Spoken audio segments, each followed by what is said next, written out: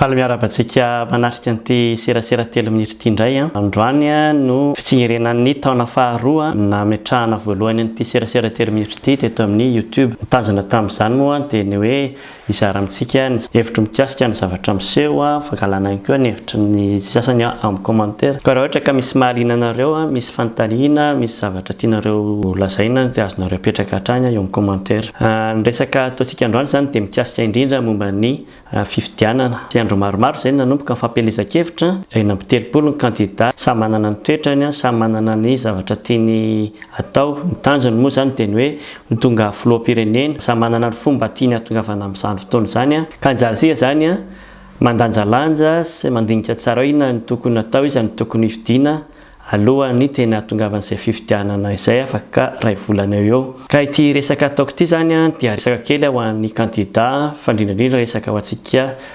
vahoaka izay mpifidy. Teny kely ho an'ny candidat no hanombohantsika azy. Ny vahoaka dia manana zo anatrika ny fampielezan-kevitra ataonao. Tsy voatery mpanaraka anao izy, tsy voatery olona tianao izy, fa miaino mba ahafahany mampita, mba ahafahany mamakafaka ny zavatra lazainao, ary ahafahany ihany koa mangataka rehefa any aoriana any hoe inona ny zavatra noteneninao raha ohatra ka lany soamantsara ianao. Noho izany zany ny candidat dia tokony tsy eritreritra mihitsy ny vahoaka rehetrarehetra manatrika azy eo dia efa babony na efa resy lahatra amin'ny zavatra lazainy. Toy izany ihany koa ho an'ireo mpiserasera sy mpanomana ny candidat dia tokony eritreritra hatrany foana hoe tsy tokony ho lanjaina amin'ny habetsaky ny olona ny mpanohana ny candidat toananao. Matetika mantsy rehefa misy ny fampielezan-kevitra ataona candidat anankiray amin'ny toerana anankiray dia be da be ny sary milaza hoe io jereo fa be da be ny olona azonay taty, nefa ny olona izay manatrika sy alainao sary na dia manao ny t-shirt ny candidat-nao ary tsy voatery hoe resinao lahatra fa mbola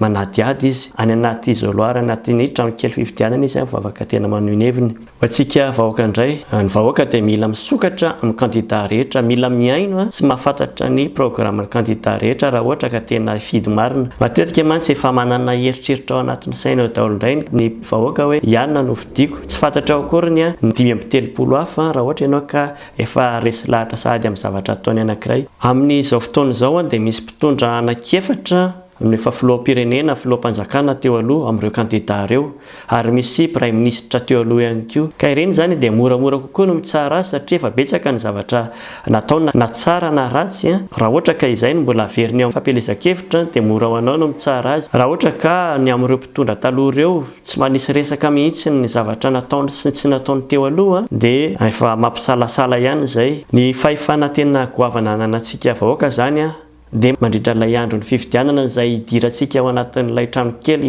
andatsaham-bato indrindra. Amin'iny fotoana iny mantsy dia ianao rerino ao, ianao sy ny feo miferitreretanao, ka ao zany no tena ataovy ny safidinao. Tsy voatery le natrehanao nandritra ny fampielezan-kevitra tary, tsy voatery le tompon'le t-shirt anaovanao iny akory, fa izay zavatra tena nandresy lahatra anao nandritra ny fieritreretana izay nataonao amin'izay fotoana izay. Tsy afaka haneniny ianao satria ianao ny tompon'ny safidinao. Mahay zara mifidy fa izay no tena adidinao amin'izay mba tsy haneniny ianao. Dia izay ny resaka kely nataontsika tamin'ity fotoana ity fa dia mametraka veloma finaritra ho anareo dia manaraka indray. Veloma tompoko.